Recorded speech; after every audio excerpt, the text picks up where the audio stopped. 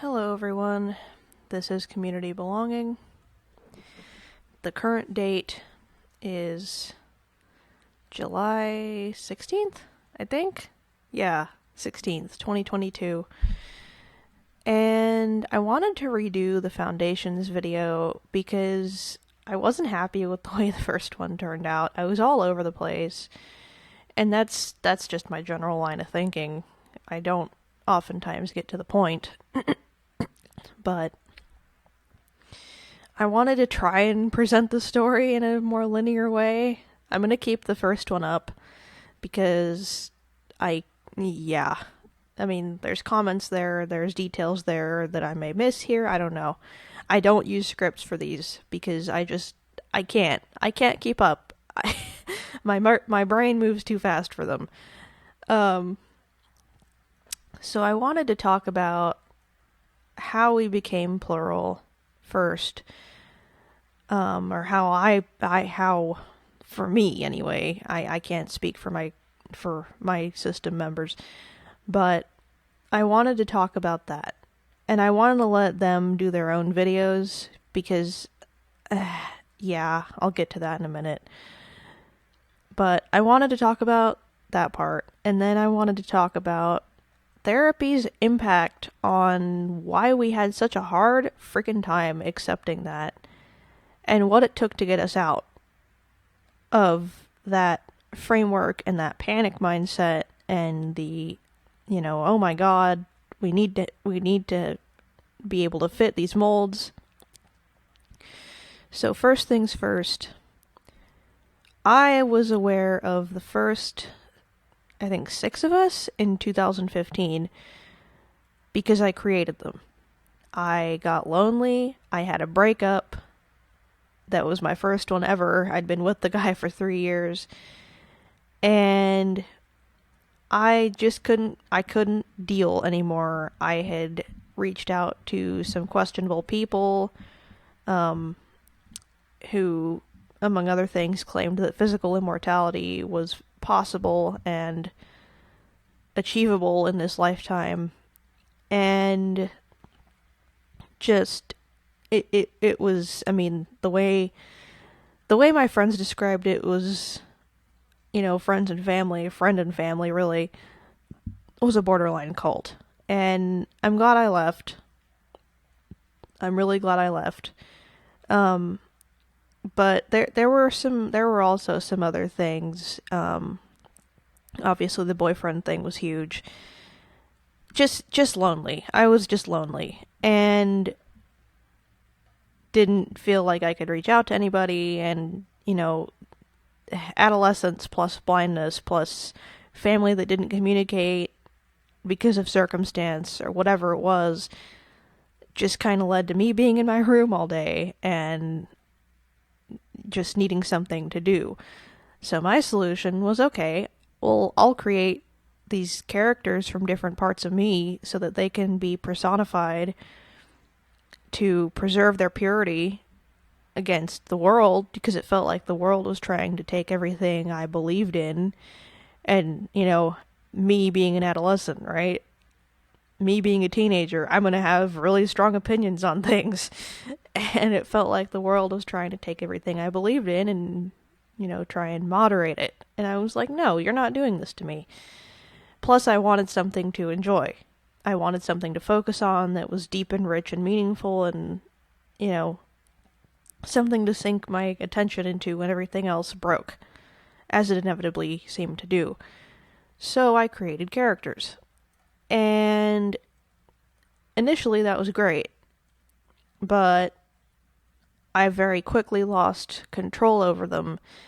Not in the sense of them taking over. I wanted them to take over, but when I called them to it, hey, so-and-so, could you come out for this part? And that was a whole nother issue.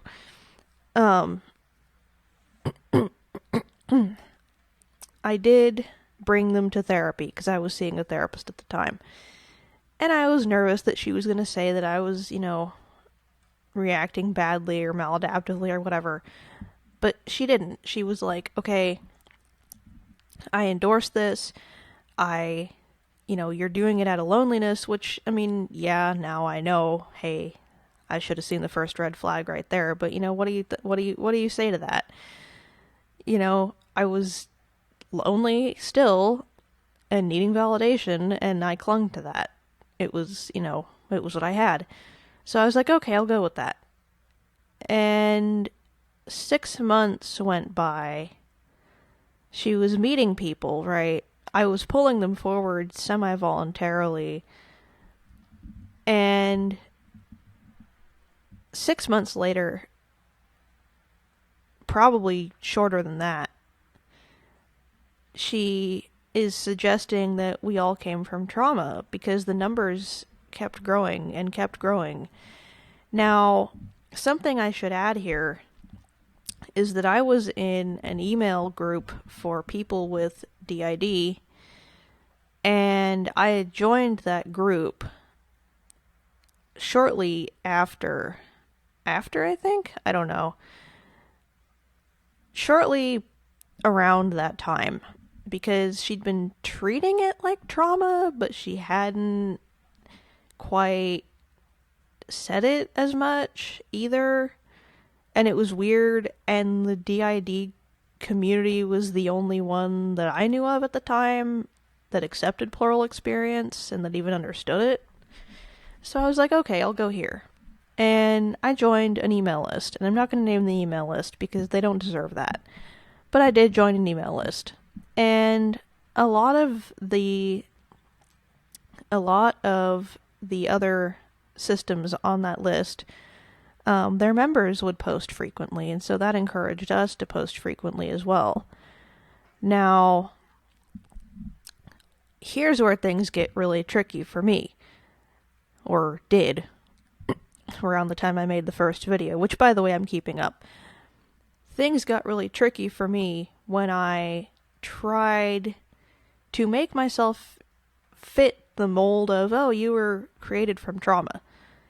Because I remembered creating the first few of us I was aware of. It didn't make sense to me, but I was going to cling to that no matter what. I was going to cling to whatever that therapist said no matter what. And even after, 2016 when we had to leave her, I went to other therapists thinking that same framework applied, and it didn't, and you're going to see why in a minute. But, point being, I joined that email list, right, around the time she was saying, you're created from trauma, and started getting flooded with names. Just floods of them. Floods of names. And was writing them all down, not recognizing any of them. I had one headmate reveal himself like that. One headmate. Just one. And for some reason, and this was right after I revealed the plurality to the therapist. Right after, before she'd even said anything about the trauma stuff. But for some reason that didn't jolt my, oh wait, something is deeper than me just having created characters thing. It just didn't.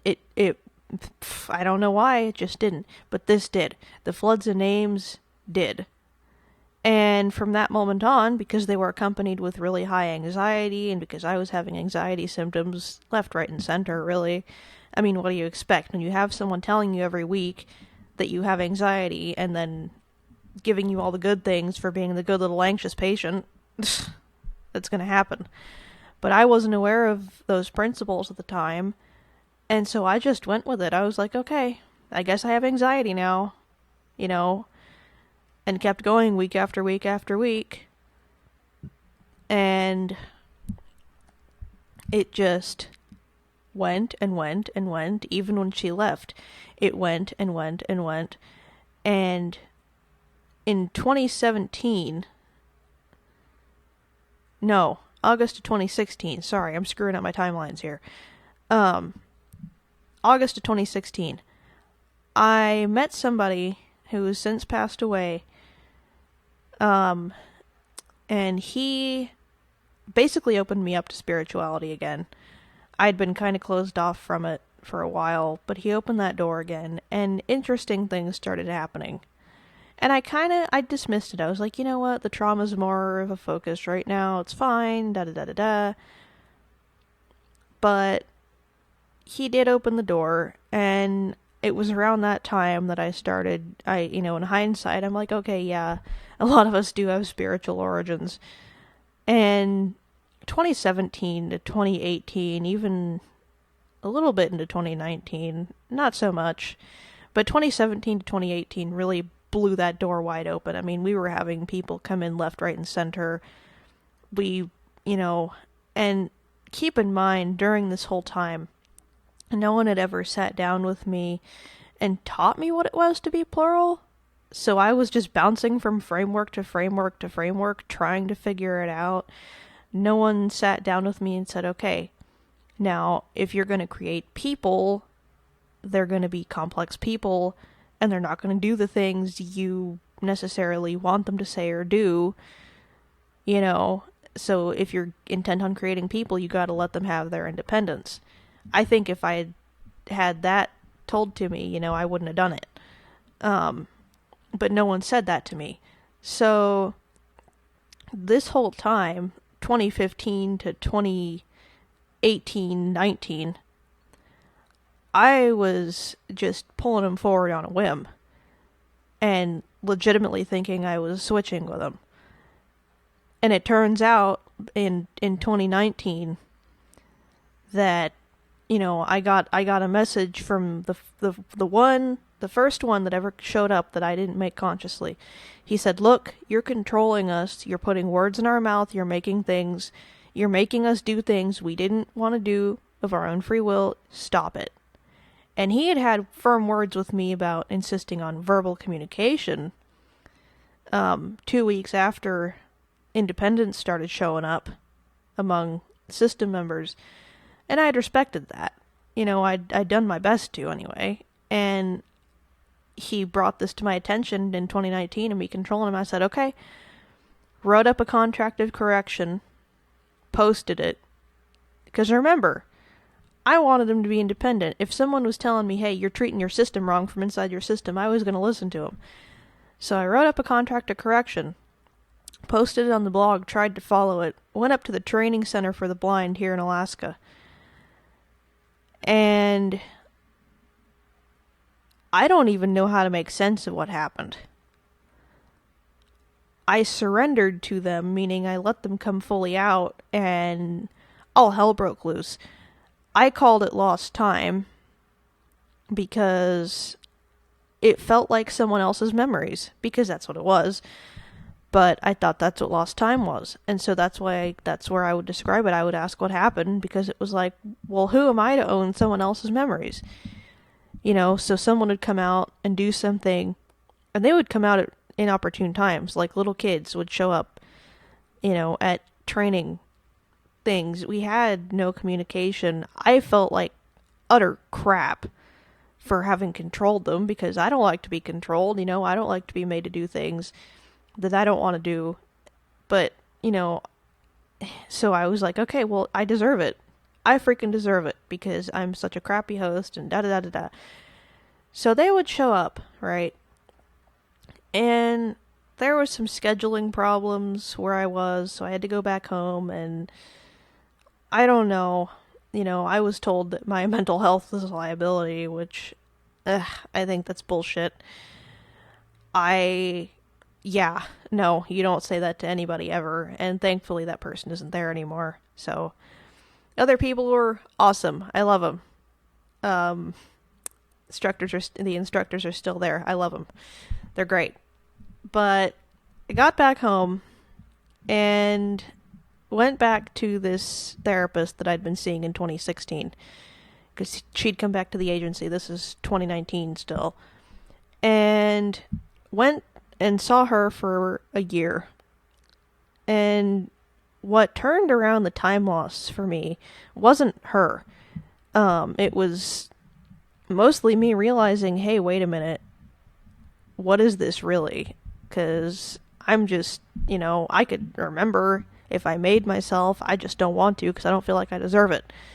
Well, I got mad Because when I'd started seeing that therapist, right, I had been told by Voc Rehab, look, your mental health is such right now that we don't think you can be employed until you get it stabilized. And I have a whole load of opinions on that, but I went with it because I didn't feel like, okay, they took me to a psychologist and everything who ended up diagnosing me with a dissociative disorder, and I'm like, all right, fine, because I genuinely believed I had one. I was like, okay, this is the way it goes. So I languished in my parents' house for a minute, went to Nana's house, finally moved out, and God, I'm not even going to get into the nightmare that living with family was for me in terms of plurality, because I didn't know how they'd react to people coming forward, and so I did everything in my power to suppress the switching. But finally moved out, and finally got into my own place, and just got sick of it one day. I just got sick of it. I mean, I'd been running in and out of denial cycles about the trauma origin and stuff for the whole time. But I'm like, I grabbed one of them one day. I was like, you know what? What if this is true? What if this is, and I ended up leaving therapy, pushing all the system members away, rejecting plurality for a while, and honestly, the only thing that brought me back was somebody called me by my system name, that friend of mine who turned around over the next, 6 months. I mean, even up to the present now, it's still happening. Him and I are still good friends. We still keep in contact. And he's been taught me, look, you don't have to worry about this. You can have spiritual origin system members with traumagenic, with whatever else, and have it be okay. You don't have to fit into somebody else's framework, which I really appreciate. He recognized me as autistic and was like, look, make a slot, make a place for things to have more than one answer, right? And he got it. And it took him confirming that to me several times, but he got it. And, being around people who accept our various origins, I attended the Plural Positivity World Conference yesterday, and that was talked about, and just, oh my gosh, that's amazing. That's amazing. That I'm not alone. That we're not alone. That I can actually accept us for who we are. This has been 6 years in the making, and as we were dealing with the trauma framework, what we were also dealing with was people not responding to our switching well when we tried to be open about our plurality and be ourselves in public. The reaction we'd get frequently at school, more from specific staff than from students, was, don't do that. Don't play that game.